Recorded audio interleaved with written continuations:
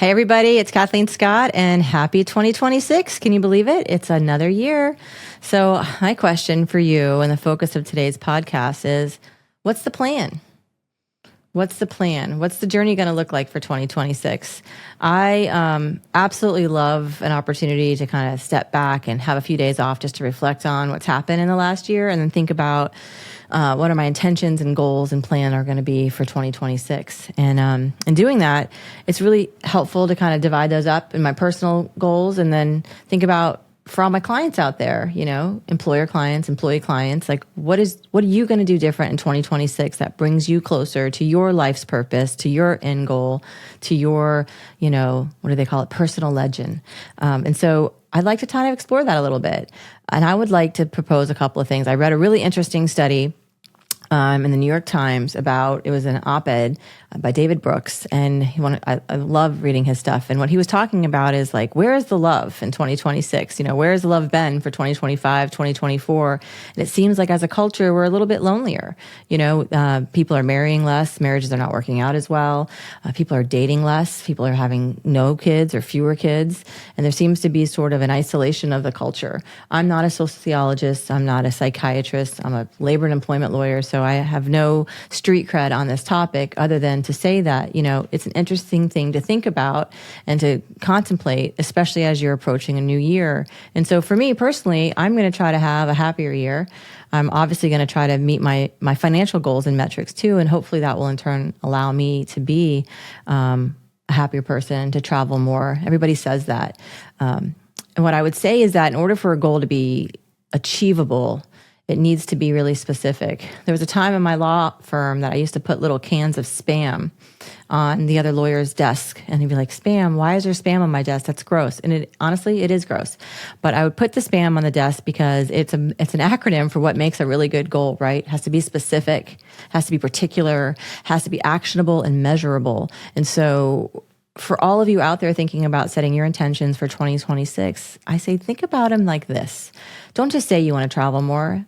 How many times a year do you want to travel and where do you want to go? That's a goal you can get behind, you can track it, and you can hold yourself accountable for it.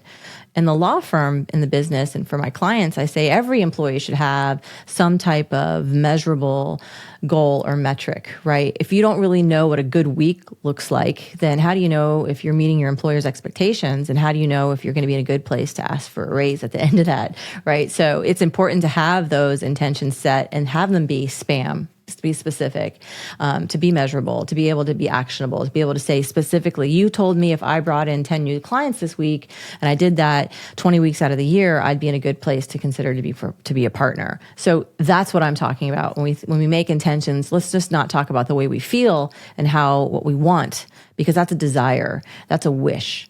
Let's set some actual goals, some things that we can actually accomplish and meet. And let's find a way to hold ourselves accountable for those goals or to tell others. And that way they can hold you accountable. And I think that's a really healthy thing. And on a personal anecdote, I'll just share that many years ago, my son told me that he wasn't interested in going to college, had a different path. And that was really hard to hear, right? Because I went to a lot of school and his dad went through a lot of school and is a physician. And so that was a hard thing to let go of. And I kind of took a breath and was like, take your own medicine here, Mom. You know, all your life you've been telling these kids, follow your dream, follow your heart, do that which you wish. And so I try to like take a pause, take a breath, and said exactly what I'm saying out loud right now, which is, look, if you have a goal and you can articulate that, I can get behind it. If you have a wish, that's something different. If you have a dream, that's great, but you need to have a plan. And so I think that's a great thing to remember, and I'm proud of him and all he's accomplished. So with that, and I won't get emotional on my own podcast, but fuck. And so with that, I would say to everybody, you know, support others in your life and their goals and their dreams and help them be specific and make them measurable so that they can accomplish all the great things they're meant to do. You know, in thinking about what is a goal or what is accomplishable or not, it can be a lot, right? It feels like sometimes you can sit down and think about all the things you want to do, and it just can be almost overwhelming. It's like moving out of a house that you've lived in for 30 years, like, what are you going to do with all this stuff? You know, how are you going to unpack all these things? And your simple goal might be to just do the kitchen first and empty the pantry one day. And I think this is a really important concept because somebody said, and I don't know who said it first, but how do you eat an elephant one bite at a time? I mean, that is a really important lesson for setting a goal. You can't build a house in one day. You can't meet all your goals in one day. But what you can do is articulate a plan. And sometimes the best plans start with a pretty good distance, right? Like in 10 years from now, I want to have 30 employees, 15 lawyers, and I want to be living in the south of France and traveling and skiing the Alps in the winter. That's a good goal. I mean, I can get behind that. But so how do you get there, right? And so you can have a pathway to do that which you want to accomplish. And sometimes it's helpful to set the furthest out stake, right? In 10 years, I want to be here, and then break it down. What does that look like in 7 years? What does that look like in 5 years? What does that look like in 3 years, 1 year? And often the hardest one is, what does the next 90 days look like? And another way to say this is think with laser-like focus on the end. I want to retire with $1.5 million cash in the bank that is not real estate. And so that's a very specific goal as an example. How do you get there? Well, you start by taking stock in what you have now. Maybe try not to have an emotional response if you feel like you're way behind that goal, or maybe you're on track. Maybe it's not challenging enough, whatever it is. And then you plot it out. In 10 years, I will be X, and this is where I want to be, and back it out. It's interesting, and a lot of people find that the 10-year goals, the 5 years goals are pretty easy. It's the 1 year and the 90-day goals that get a little harder to quantify, and it's harder. And that's a good way to distinguish whether you're actually just hoping something's going to happen or you actually have an articulable plan on how to get there. And this is true in the employment context. This is true in your personal life. I mean, this is true across the board. We spend a lot of time thinking about what we want, but do we often spend enough time plotting a course for that? Writing it down, having specifics for it. In the employment context, I would say you should ask your employees more than once a year, where do you see yourself from a professional development growth standpoint? What do you want to be doing in 1 year, 3 years, 5 years, 10 years? It's okay if they don't want to be working for you or the Scott Law team in 10 years.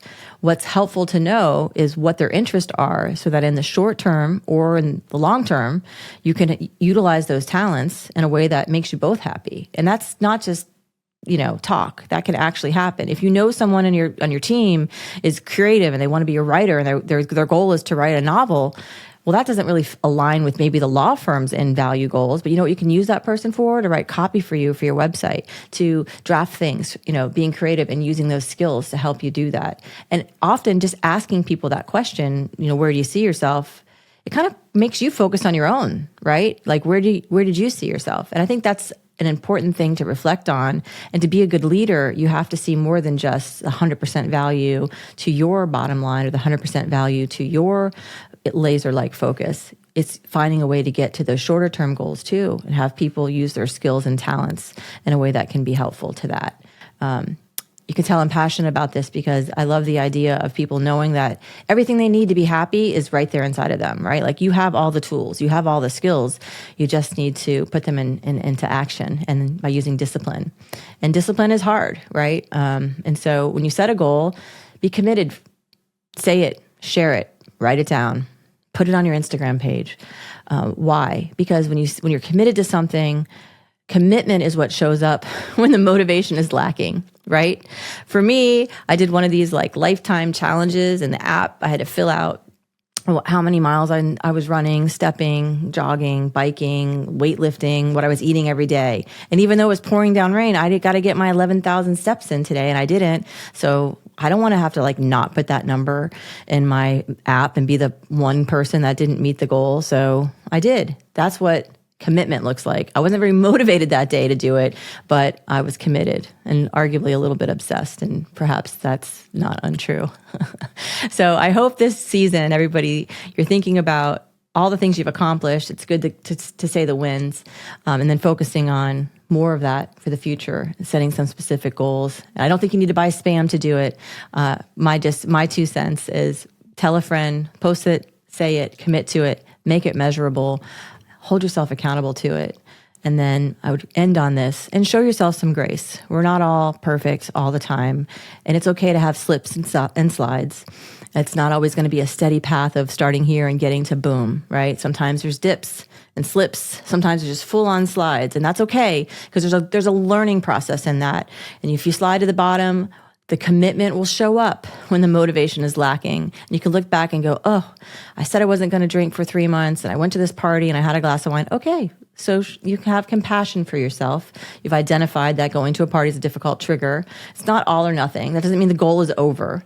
It means you slipped. So forgive yourself, set a plan, identify what you learned from it, and move forward.